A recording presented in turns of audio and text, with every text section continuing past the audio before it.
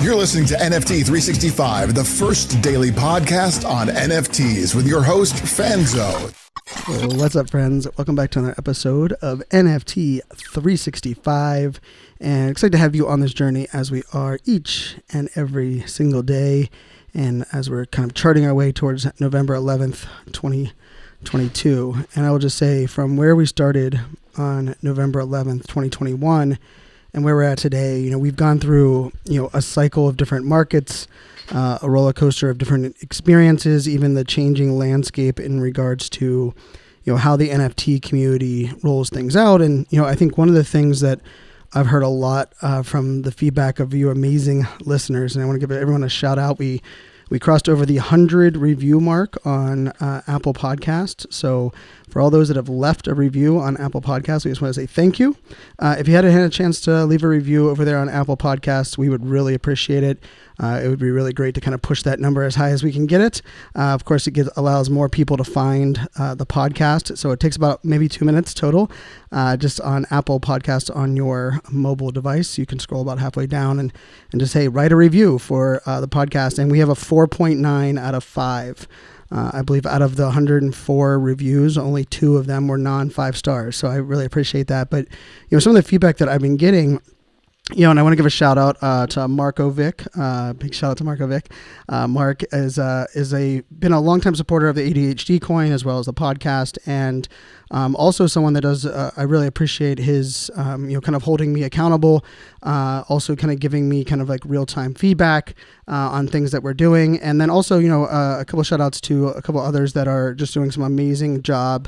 Native for Crypto and Delphi Cat, who have done really helping us out not only in the Discord, but also kind of, when I talk about things here on the podcast, what they're doing is they're really taking them and saying, Brian, how can we implement them in our Discord? And I just want to say for everyone that's out there, if you're thinking about launching an NFT project, if you are, if you're thinking about, really how do you take your content, your community to the next level? I can't stress enough, focus on surrounding yourself with great people, and then amplifying the great people that are in your community, and then taking your time to listen to some of the feedback. And, one of the things that I find very interesting, right? We've done 127 days of buying an NFT. I believe, I've learned a lot of things, and the lessons have been integrated throughout this podcast, each and every week, but, we really haven't really kind of like dove all the way down, deep into a lot of those things. And then, the other part of this is like, what I do for the Mint 365 project is a little bit different. Actually, it's not a little bit different. It's a lot different than the strategies that I deploy for my personal collection. And what's beautiful about that is I get to, I kind of get to approach things a little bit differently, right? Where some projects I approach them and I say, hey, this is something that I think is going to, allow me to get liquidity back in a fairly, quick rate. That's not the case ever with Mint 365, right? My 3x3x3 strategy doesn't really work in the Mint 365 process because I'm buying one every day and I'm keeping them no matter what, right? There's no flipping, no changing that, and so for me that's definitely a big piece of this. And I think one of the things that I found in this like whole process was, when I'm evaluating, when I'm going back and looking over my NFTs, right? When I'm, I'm going, kind of going back, and even when I'm listing, I list, just, I guess maybe give this a little bit of context for those that are listening here. Like I go through, and a lot of the, collections that I have, I actually list, a lot of the NFTs at like a, I don't know, 2.5, 3 times the floor price. Some of them that I, have in my personal bag. And I've been asked, and I always list them for 3 days at the most, just because I don't want to get caught with the prices fluctuating too much. And all of a sudden I have one for sale that I should have made a lot more on, which has happened to me in the past.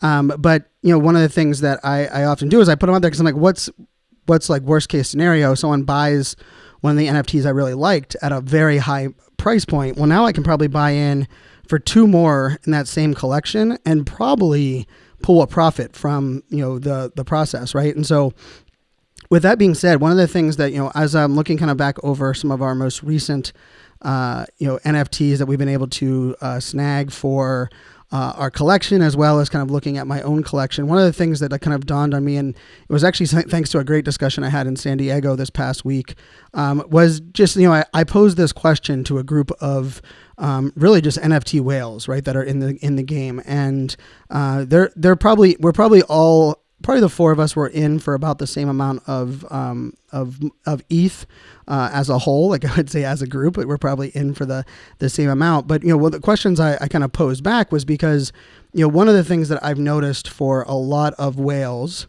is that they would rather have a lot of one collection than a few in a couple of different collections. And what I mean by that is, like, when you find your one collection that you love, or that you believe has like the massive upside, rather than holding like 1 or 3 or 10, you're holding 50, right, of them, right? Because then even if it's a small margin, over a decent amount of time that you gain, you're gaining that small margin times the amount that you have in, right? So now your total reward there, your total profit that you take out, of course, can be higher.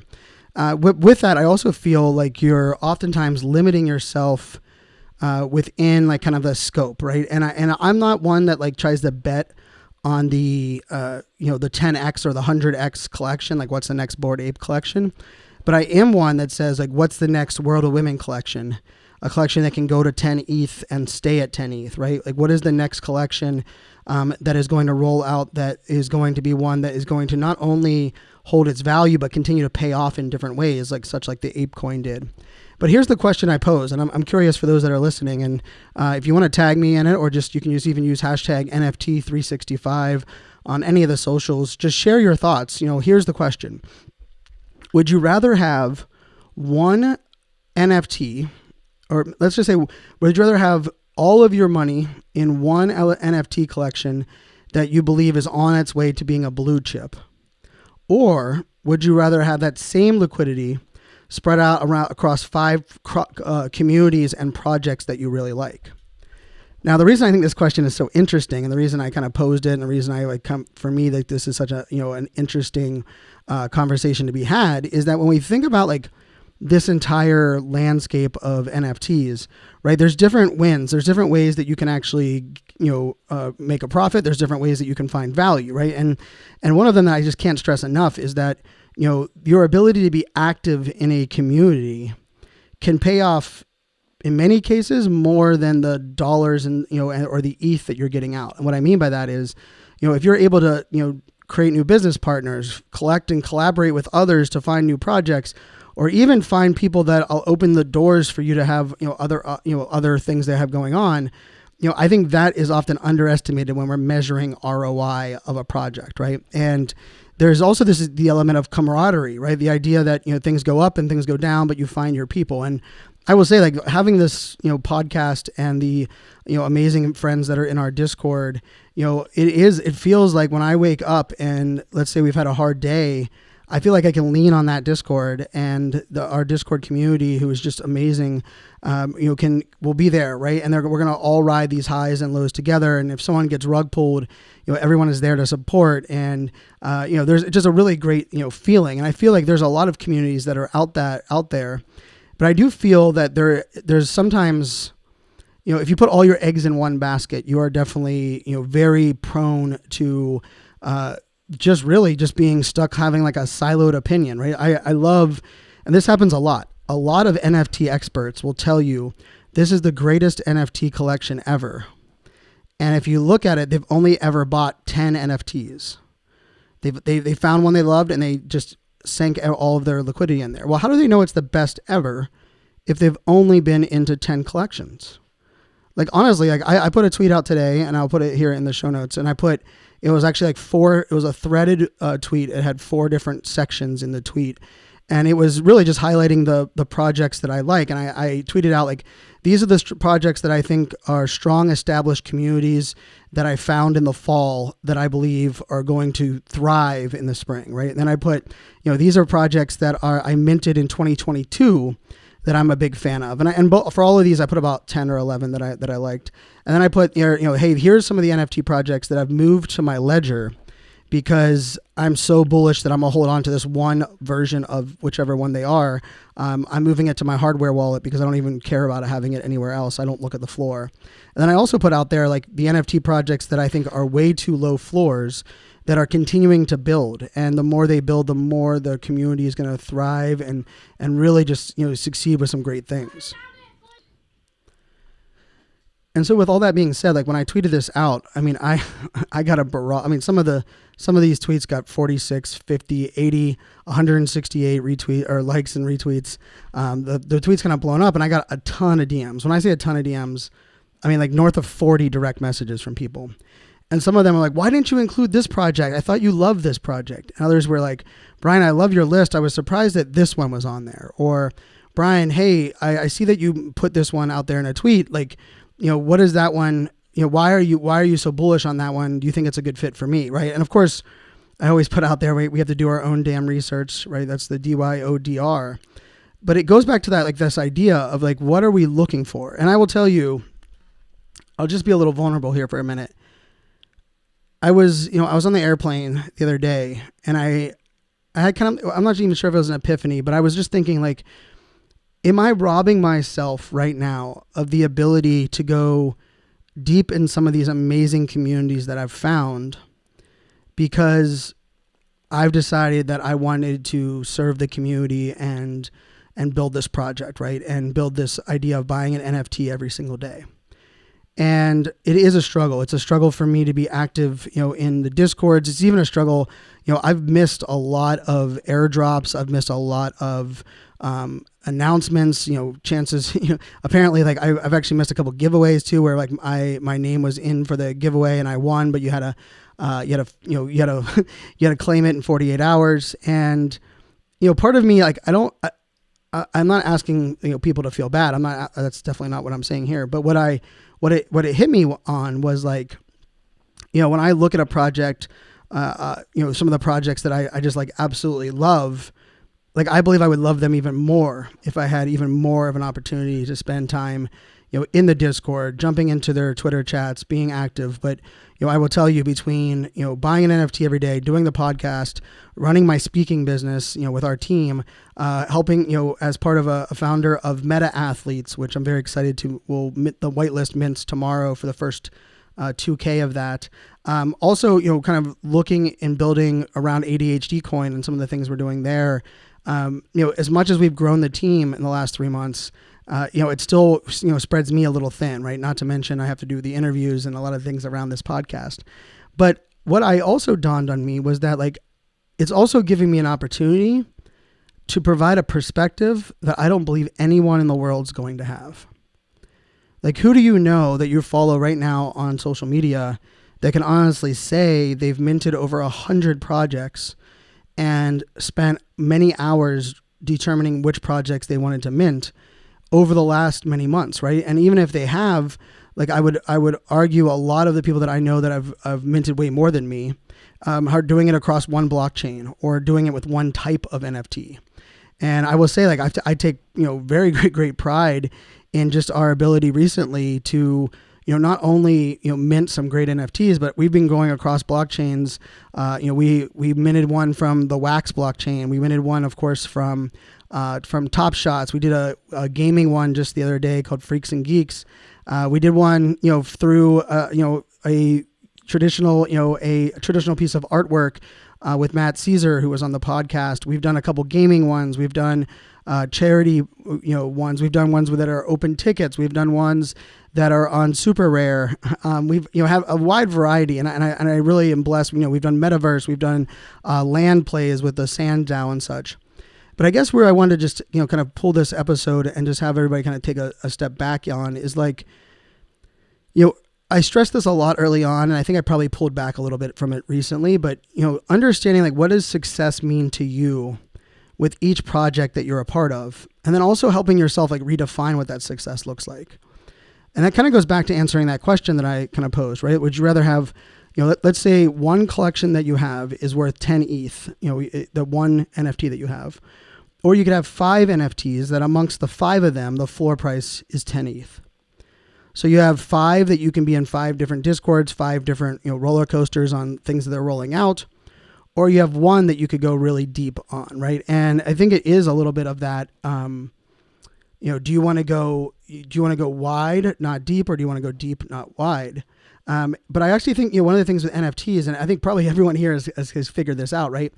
The further you go deeper, like if it's kind of a rather small rabbit hole, but the deeper you go in that rabbit hole, the wider things become, right? Because we can open up doors and we start talking about like tokenomics and staking and DAOs and where cryptocurrency is influencing NFTs, and then how an NFT project can roll out a metaverse game, and they can also roll out a play to earn game, and then they can also have a profile photo. But I will say this, and I just want to put this out there.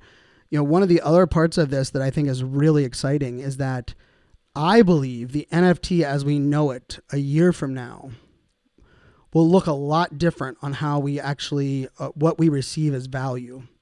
And the reason I believe in that is that I believe like the PFP is here to stay. But I believe the PFP, the profile photo, right? The one that is the image that we put on there to broadcast to the world, like, hey, this is the collection that I'm a part of.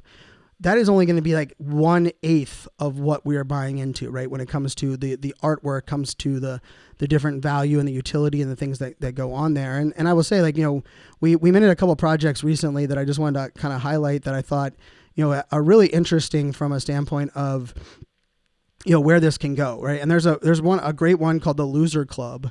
And for those that don't know, Javon, who is the artist there, the Loser Club, they built a very tight-knit community. They had a private Discord that you had to like find your way in to get in. You had to get like the right invite from the right person to be a part of. They were really focused on the nuances of how the collection was going to roll out, not only because it has great artwork, but like representing the artwork beyond just like that piece, right? And what does the Loser Club, mean, and how does that all go? And we minted that back on March 4th of this year, and and their kind of mantra is that we're never cool, but we're never alone. We're building the strongest underdog community in NFTs. Just the idea that there are people rallying people around, maybe not feeling like you're the in crowd or the cool kids, maybe feeling like sometimes you were alone and you're trying to find a place that makes you never feel alone, right? Or sometimes you're the underdog always. And I just think like the idea that you could spend and go deep into a community like that, I think is pretty powerful. And I guess the reason I wanted to put this episode out in just this sense was when you take a step back and you look at your collection. And I've been doing this a lot lately because I believe we are right about to turn the corner to where we're gonna have a couple months, I believe, of just a rising in all of the NFT collections as a whole. And one of the things that's great about that is that everyone kind of gets excited because there's more volume of purchase. The prices are going up. I will say that's also becomes a little bit even more confusing, right? Because we try not to sell when things are down. But when things are moving up, you want to ride the wave because, hey, I waited all the way through that downtime. Now I want to ride the wave. And well, if you ride it too long, then all of a sudden you're coming down on the back end. And, I mentioned that tweet that I talked about where I put out these projects. It's so funny because here's the truth. I put out this tweet and I put out my 10 projects from the fall that I absolutely love. The 10 projects that I minted in 2022, or 10 or 12, however many there was, in 2022 that I believe are just amazing projects, right? The 10 that are in my ledger that I think I'm bullish on and I'm excited to hold on to for the long time. And then of course like the 10 or 12 that I believe have super low floors, but I believe have massive potential because they're great leadership and great community. Here's the crazy part about that. Between my personal bag and the collection, we have well over 550 NFTs. I wrote that tweet, all 4 of those tweets, without ever going to my OpenSea or open my MetaMask or going to look at any notes. I was actually sitting outside of Jiffy Lube getting an oil change for my Jeep when I wrote those tweets. And the reason I wanted to put that out there was like, I do have a lot of NFTs that I'm holding. And I do have a lot of communities that I am a part of through their Discords. But the ones that I love, the ones that have made an impact on me or that I believe I have a connection with are still top of mind now that I even have 500 plus NFTs in our, combined. And I think there's something to be said about that. And so I think, as you go on this journey, there's a tendency that, okay, maybe you get new liquidity and you have like, okay, am I going to mint something new, or am I going to buy into something that is legacy or that is amazing? You're like, where's that going to fit? And I really just think you have to take that upon yourself and like figure that out, right? Because there are a couple projects that I am like massively bullish on. Two of them I don't even hold yet. A couple of them that I only hold one of their NFTs on. Well, you know, and they're rare ones because I had three and I kind of flipped up to get a rare one. But what I think is like most important for me on this is that I still feel part of them if I hold one or I hold three or I hold 10. And so when I was talking to my friends, these whales that have 50 of certain collections, and a couple of them have, 50 of some really great projects like Atom Bomb Squad or Lazy Lions, or the one gentleman who was with us, has 12 V friends. I think he has 16 mutants. And what was funny about that was there becomes a time, the more that you're stacking these NFTs in one collection, that like your risk, like you are really tied to that, right? Because we often think about it like, oh my goodness, we can 5x times the amount we hold. But that also means that if there is, bad communication or things go bad, you have that many more that you have to try to sell or you're holding on to when you get caught in like, kind of some bad luck. And I just think that this is the beauty. Like, I think like to me, the theme of this episode, I didn't even put a title on it when I was writing my notes for this one. I have my notes for every episode. I try to do like 3 key takeaways, like a piece of data or a story, and then one thing that I kind of want to loop everything together on. That's how I do my notes, for those that don't know how I do my podcast episodes. And I didn't have a title for this one because I wanted to kind of feel it out. But I will say is like the beauty of this NFT space at the moment is there is no right and there is no wrong way to play in this arena. There is no best decision. Should you mint projects that are just coming out and have that higher risk, but also have a higher reward with a lower entry point? Should you buy into existing projects? Should you buy many of existing projects? Are there, why do you buy certain projects more of versus the other ones, right? And I will say, like, some of my decisions, like I own a lot of Meta Whips from West Coast Customs, which I absolutely love. I own a lot of Goat Gang. I own a lot of the Giraffe Tower by Gary Henderson. I own a lot of the In-Betweeners by Justin Bieber. And if you looked at those collections as a whole, there isn't very many similarities in those collections, or like even their floor prices, or even why, or like when I bought it. Some of them I minted a whole bunch. Other ones I bought a bunch on aftermarket. Others kind of I built over time. But yeah, like some of my favorite projects, like Crypto Chicks, which is of course one of my all-time favorite, Playboy Rabbitars, Bubblegum Kids. I only own one of those, but it's the one I minted, or the one I bought back in August. And I'm like so bullish on those projects, but I haven't bought the second or the third or the fourth, or that's not true on Crypto Chicks. I have a couple other in a different wallet. But I say all of this because I just want everyone to kind of know that it's okay to find your own way in this space. It's okay to sometimes feel a little bit lost. It's okay to like look and say, like, what was I doing there, right? And it's okay to even say, okay, I'm going to cut my losses. And that's something that I did this morning. And just to put this out there, right? One of the other wallets that I have that I buy some NFTs into, I realized that I was holding on to a couple of them that, it's probably just best for me to, take a little bit of loss on a couple of them and, add that liquidity back. Not only because Meta Athletes is dropping, but because there's some other projects that I'm really excited about. And really because I want to buy in to a couple of these projects that I mentioned a little bit before. And I caught myself being like, oh man, I wonder what people are going to think about that. And here's the thing. Like, you are the one that decides what is good for your bag and your liquidity and your mission and your vision. Let's not let anyone tell us what we should collect, when we should flip, when we shouldn't flip, how we should treat our own NFTs. I believe that if you are not hurting anyone else and you are not hurting yourself and you are doing what you believe is best for yourself, I will support you. That's not only in NFTs, that is in life. I am not one that judges. If you are happy and the things that you are doing maybe are shunned by like the greater people, or like it's, outside the norm, I can promise you, I am the person in my friend group that almost every friend that I have goes to lean on, to share secrets, to tell things, because I don't judge. I've just never been someone, I don't get jealous and I don't judge, because I'm always one that says, like, how do I know what's best for you? How do I know what your happiness is? How do I know if I haven't walked exactly in your shoes and I'm not riding the exact same roller coaster as you? How can I truly give you the exact advice or judge you or tell you what to do? And so that's where I'm going to leave this episode. I'm going to leave it on that side of the fence where, I want everybody to kind of realize that, we are learning from each other. I really love that there's so many people that said that, they're so thankful that I've been able to help them on their journey here. But I will also tell you that the beauty of this is that you can kind of carve your own path, make your own decisions. So until tomorrow, my friends, make it a great day. Cheers.